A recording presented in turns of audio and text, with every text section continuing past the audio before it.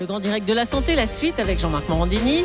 Et aujourd'hui, le docteur Jean-Michel Cohen, Anne Le Gall, le docteur Martine Pérez et le docteur Marcel Ichou, généraliste. Nous produisons en moyenne 38 000 litres d'urine au cours de notre vie sur la contenance d'un camion-citerne, sans savoir que ce liquide est un formidable indicateur de notre état de santé. Docteur Marcel Ichou, en général, quand on parle d'urine, on a tous un petit moment de rejet en disant Berk, voilà, c'est quelque chose qui est sale. C'est pas le cas, c'est plutôt sain finalement. Alors, c'est plutôt sain. C'est stérile ? Oui et non. Alors, c'est stérile en principe. En principe, c'est stérile, mais il peut y avoir des contaminations urinaires. Donc, mais dans ce a priori, c'est stérile. A priori, c'est stérile. Ça doit être stérile, d'ailleurs. Il y a de l'acide dedans. Il y a des tas de choses. D'une manière générale, c'est le rein qui produit l'urine. Ouais. Et le rein, en résumé, c'est un filtre. Ça laisse passer certaines substances et ça en retient d'autres.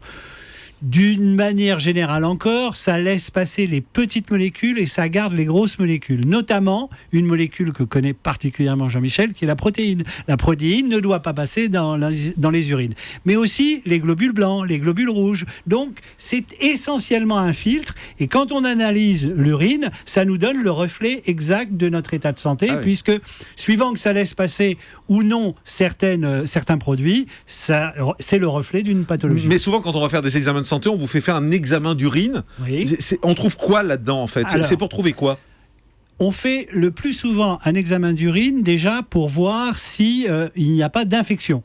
Et les femmes sont plus coutumières de ces infections, qui sont les infections urinaires, pour voir s'il n'y a pas de bactéries dans l'urine. Il peut y avoir avant tout des infections, c'est pour ça qu'on fait des examens d'urine. Mais on voit aussi le taux de certaines substances comme la créatinine, le taux de sodium, la glycémie, la glycosurie, les hormones. Donc, il y a plein de choses en fait. Mais il y a énormément de choses qui, normalement, ne sont pas présentes et certaines choses sont présentes dans des quantités et des proportions qui sont clairement définies et qui sont pour nous un reflet, encore une fois, de votre état de santé.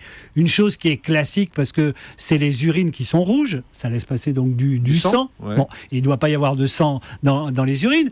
Le sang dans les urines peut être le reflet de tas de pathologies, qu'elles soient rénales ou non d'ailleurs, mais déjà c'est un point d'appel pour aller faire d'autres examens qui se remet dans le contexte global. Est-ce que la couleur a de l'importance ? Parce que c'est plus ou moins foncé en fait, selon les jours, selon ce qu'on a mangé, selon ce qu'on a bu. Et évidemment. Ça doit être comment ? Ça doit être transparent normalement ? Alors, Jean-Michel nous le dit souvent, ça dépend de la quantité d'eau que vous avez pris. Plus vous buvez, et moins les urines sont foncées. Mais il y a aussi parfois certains pigments, notamment dans les hépatites. C'est-à-dire que quand vous avez un ictère, vos urines ne sont pas foncées, elles sont extrêmement jaunes et extrêmement foncées. Même, quand on a une hépatite. Elles peuvent être oranges. Donc, orange. Bien sûr. C'est un signe. Donc, quand vous voyez que c'est orange, c'est que vous avez une hépatite. Alors, on ne peut pas conclure. Les docteurs.